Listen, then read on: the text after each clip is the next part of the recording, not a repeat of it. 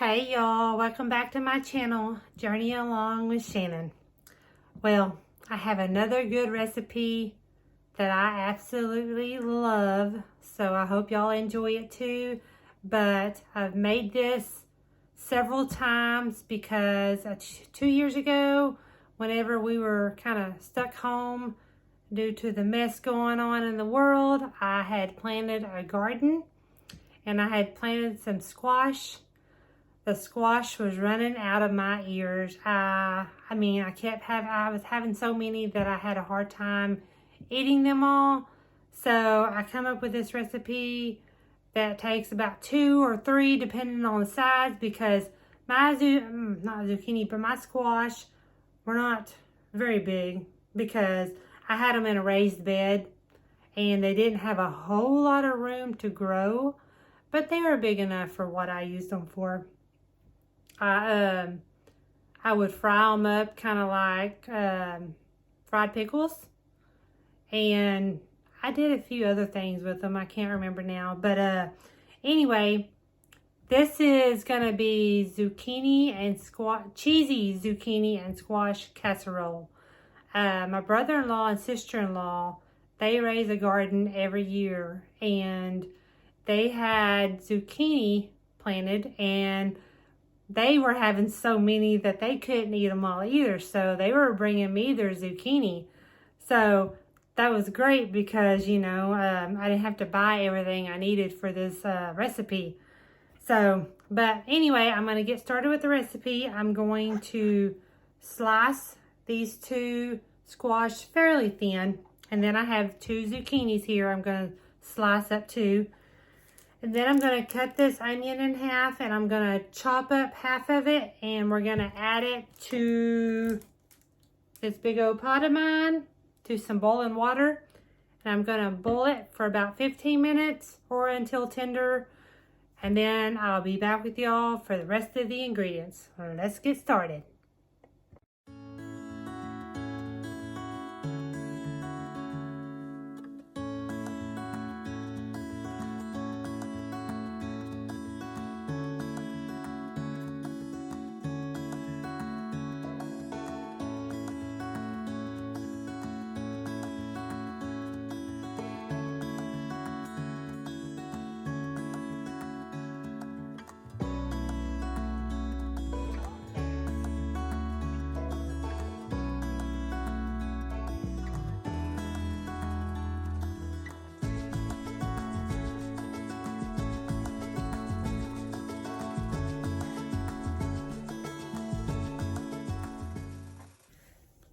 Okay, as y'all could tell in the time lapse, I went ahead and I used the whole onion. I didn't want to have a half of an onion left over, so I used the whole one. But I just drained up, my timer is ready on my oven. But I just drained this and I put it in a large bowl. And now I'm going to add, you can use cheddar cheese, but I have Colby Jack cheese. So I'm going to use, I don't know, roughly around a cup.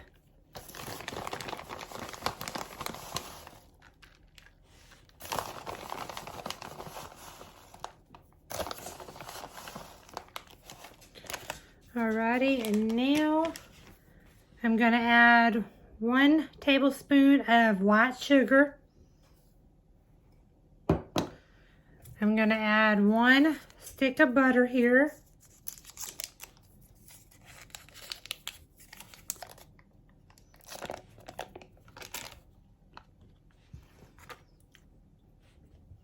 I'm going to add some salt.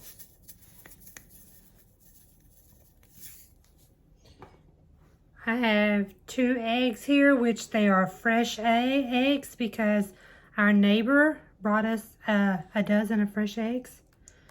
So 2 eggs.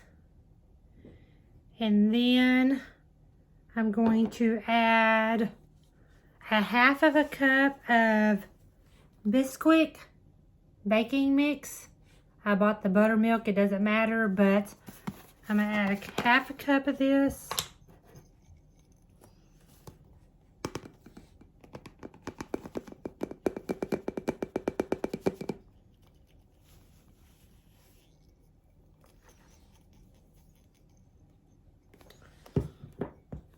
And I'm going to add about 10 saltine crackers crushed up.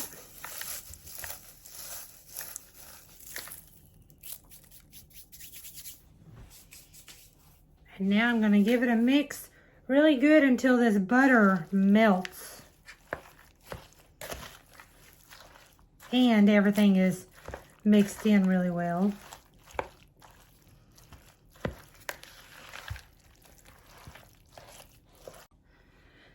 Okay, I got everything mixed up really well. My butter is melted and it smells so good. But it doesn't amount, I mean, this bowl is full, but it doesn't amount too much once you start adding everything in and the vegetables kind of shrink up a lot. But I oiled my 2-quart baking dish and I'm going to pour this in there. I got my oven set to 325.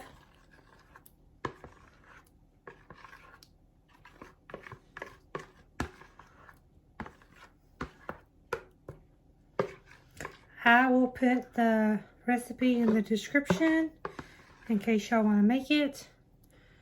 But now I'm going to top it with just a little bit of breadcrumbs, not much.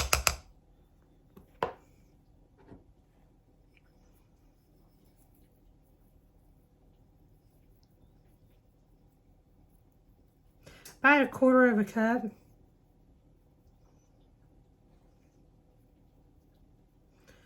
Then I'm going to cook it for 25 to 30 minutes. And I will show y'all what it looks like when it's done. Alright y'all, it's done. And I'm about to chow down on a bowl or maybe 2. This stuff is really creamy. I'm not going to do a taste test because, well, I know what it tastes like, but it turns out really creamy, and you can taste the sugar. Even though it's just a tablespoon, you can taste the sugar, and also the bisquick. I used buttermilk this time. The last time I didn't, but I couldn't find the same packaging as I found when I made it. It's been 2 years since I made it. But anyway, you can taste that, and that makes it so good because, I mean, I'm a buttermilk fan. I mean, not as far as I don't drink buttermilk, but I like buttermilk pancakes. I like buttermilk biscuits. I like buttermilk waffles, buttermilk pie. I mean, I love buttermilk in everything that I eat pretty much. But anyway, I want to thank y'all for watching. I hope you enjoyed the video, and I hope y'all stay warm. While I was doing this video, I believe the temperature has dropped outside since this morning because our door is frosted over now. And so I'm looking forward to just being indoors the next day at least, maybe day or 2, because they're calling for, we're underneath the winter storm warning. So if y'all are out there and have to get out, please be careful on the roads. And I will see y'all soon. Bye, y'all.